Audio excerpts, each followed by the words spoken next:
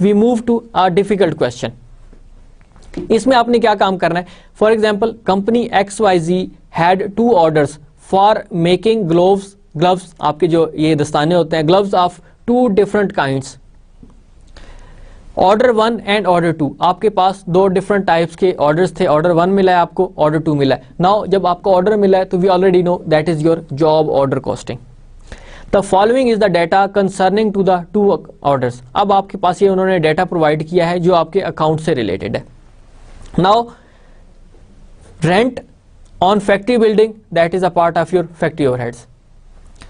Depreciation on equipment, part of your factory overheads. Utilities FH, property tax FH, insurance of factory है तो इसलिए FH, indirect material that is your FH। So all these accounts are related with your FOH, factory overheads. ये manufacturing overheads है, ये उनसे related है सारे के सारे अकाउंट्स आपके। फिर देन आपको बताता है कि बजटेड ओवरहेड्स आपके कितने हैं, 3,60,000। टोटल आपके पास डिफरेंट ऑर्डर्स मौजूद थे। उन डिफरेंट ऑर्डर्स में आपने देखा कि सबका जो FOH था, 10 ऑर्डर्स थे, 10 ऑर्डर्स को बनाने में आपको कितने FOH लगाने पड़ेंगे, अप्लाई कर रहे हैं आप, सो दैट इज 3,60,000। और अब यहां पर बेस क्या ले रहे हैं, बजटेड मशीन आवर्स। आपकी बेस क्या है, मशीन आवर्स, 40,000 आपके मशीन आवर्स थे। 3,60,000 इज योर रुपीज एंड 40,000 आज योर आवर्स, ये आपको उन्होंने बता दिए। अब ऑर्डर्स की डिटेल आपको बताई उन्होंने। मटेरियल आपका कितना लगा, ऑर्डर 1 में 16,000 का, ऑर्डर 2 में 18,000 का। Direct labour 9,000, 12,000। मशीन आवर्स 1200, ये अब आवर्स हैं आपके। ऊपर जो बताई गई थी that was cost, now these are your hours 2,000। Then units कितने प्रोड्यूस कर रहे हैं, 20,000 एंड 10,000। ये अब आपको मैक्सिमम इंफॉर्मेशन जो दे सकते थे they have provided to you. Now, what they are expecting from you, what you have to solve, calculate the manufacturing overheads. पहली रिक्वायरमेंट ये है कि सबका टोटल करेंगे जो आपके पास अलग अलग FOH अवेलेबल है। Then company apply the manufacturing overheads through machine hours. ये उन्होंने बताया आपको। How the FOH would be distributed according to the proration method, जो हमने मेथड पीछे किया है।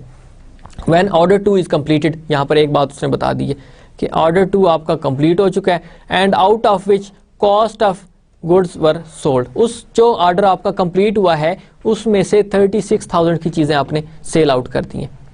अब यहाँ पर डिफरेंट आपको उन्होंने सिनेरियोज दिए हैं।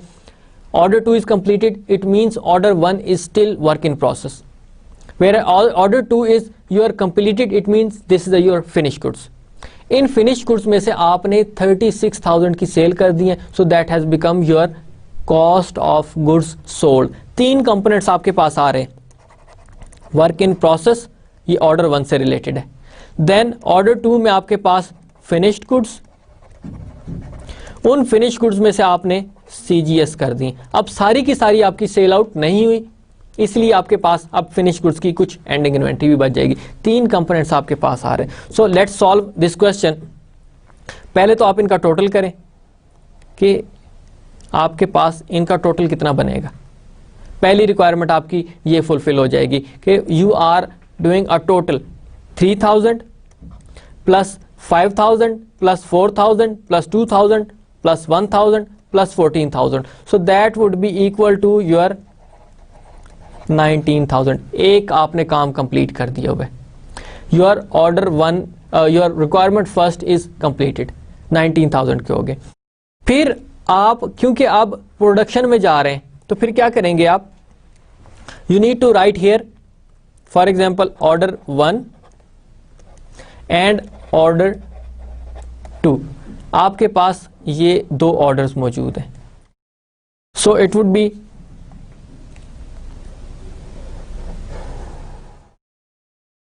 now material, how much material is put it into the work in process. Material कितनी अमाउंट लगी थी, you can see from the question 16,000 and 18,000। Order 1 में आपके पास मटेरियल लगा है 16,000 का और ऑर्डर 2 में आपके पास लगा है 18,000 का।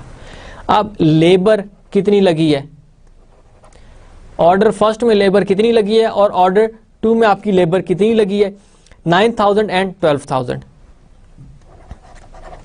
9,000 एंड 12,000 आपने यहां तक तो कंप्लीट कर दिया है।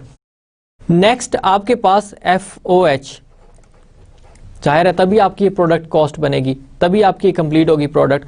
तो उसने उसके बारे में इंफॉर्मेशन दी है कि आप मशीन आवर्स के थ्रू FOH अप्लाई करते हैं। आप कभी भी एक्चुअल FOH अप्लाई नहीं कर सकते स्टार्ट में, आपने हमेशा एस्टिमेटेड या बजटेड FOH लगाने होते हैं, उनको कैलकुलेट करना होता है। So how you would calculate, आपको मैं यहाँ पे कैलकुलेट करके बताता हूँ कि टोटल आपके पास बजटेड FOH कितने अवेलेबल थे, 3,60,000 के।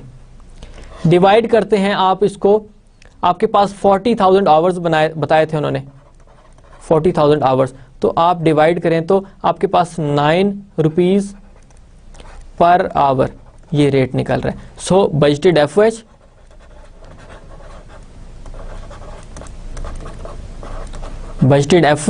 Divided by budgeted hours, budgeted machine hours, आपने ये किया है। तो आपके पास यहां पर FOH रेट आपने कैलकुलेट कर लिया।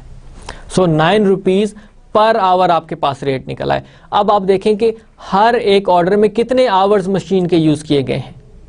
जो ऑर्डर 1 है उसमें आपके पास 1200 आवर्स यूज किए गए हैं और ऑर्डर 2 में आपके पास 2000 आवर्स यूज किए गए। तो आप इनको मल्टीप्लाई करें। ऑर्डर 1 में आपके पास 1200 multiplied by 9 that is equal to 10,800। इसका टोटल किया आपने तो that would be equal to 35,800।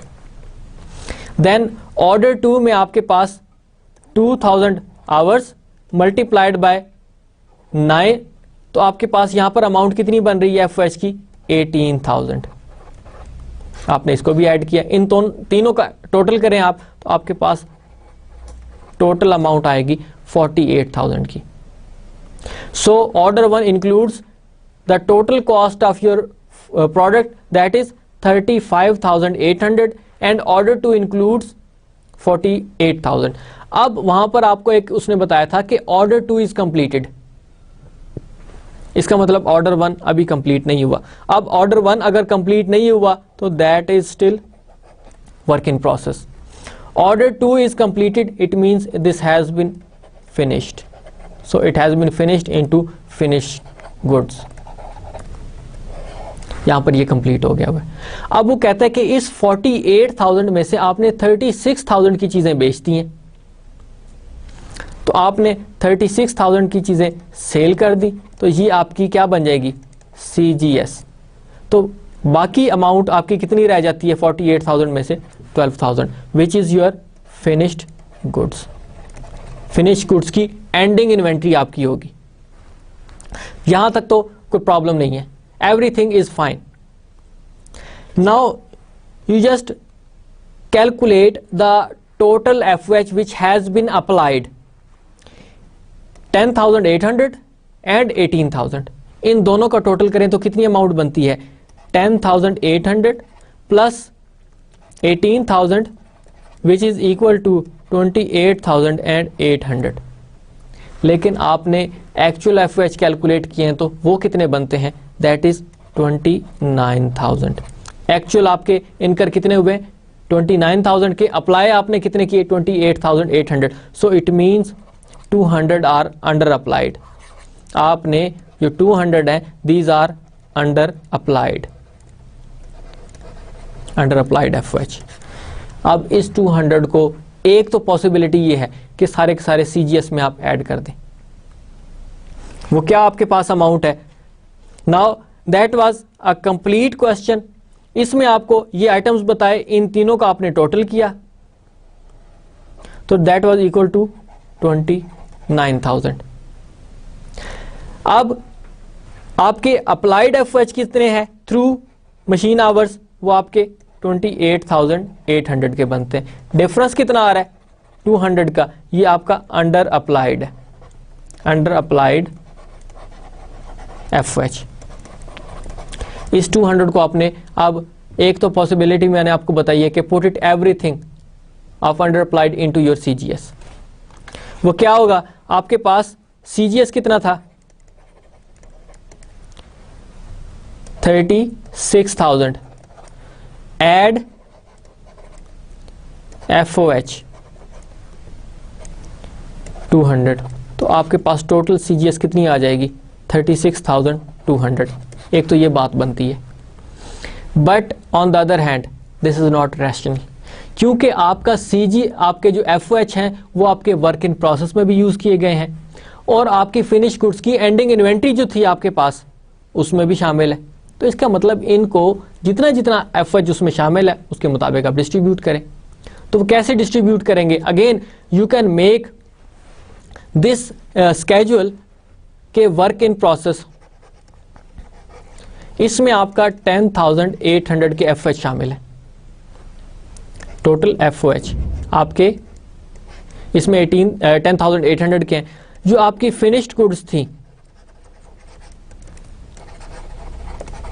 उसमें FOH 18,000 के शामिल थे, लेकिन इस फिनिश गुड्स में से आपने चीजें सेल आउट कर दी, CGS आपने बना दी हैं, उनको सेल आउट कर दिया, तो फिर उसमें आपकी जो अब फिनिश गुड्स टोटल आपके पास 48,000 था, उसमें से आपने आप चीजें सेल की हैं 36,000 की, तो अब 36,000 में FOH कितना है आपने वो देखना है।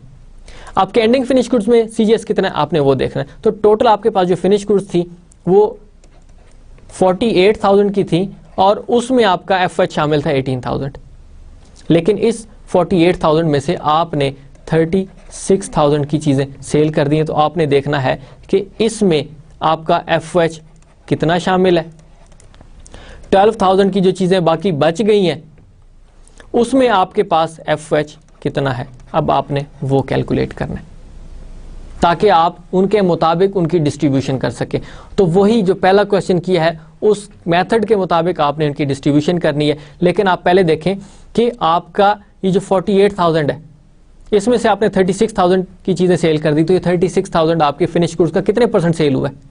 तो आप देखें कि 36,000 डिवाइड बाय 48,000, यानी 48,000 में से आपने कितनी चीज़ें सेल की हैं, तो दैट इज इक्वल टू 75%। आपने 48,000 की जो फिनिश प्रोडक्ट्स बनाई थी उनका 36% आपने सेल कर दिया, तो आपकी 75% बनती हैं। और फिर इसका मतलब क्या हुआ कि जो बाकी बच गई हैं वो आपकी 48,000 का कितने % बनती हैं, तो वो आपकी 25% बनती हैं। तो इसका मतलब ये हुआ कि इनमें FOH भी 75% और 25% बनता है। तो आप उसको कैसे कैलकुलेट करेंगे? अगेन आपके पास